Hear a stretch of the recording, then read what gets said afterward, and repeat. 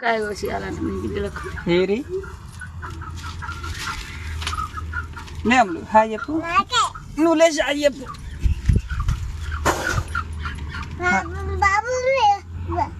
Hi friends అందరికను. ఇగో తోటలో పోయి వచ్చేసరికి అయితే అమ్మ దానిమ్మకాయ వస్తుంది. కొంచెం పైకి పోయి రాదమ్మా. నువ్వేం చేస్తున్నావు అక్క?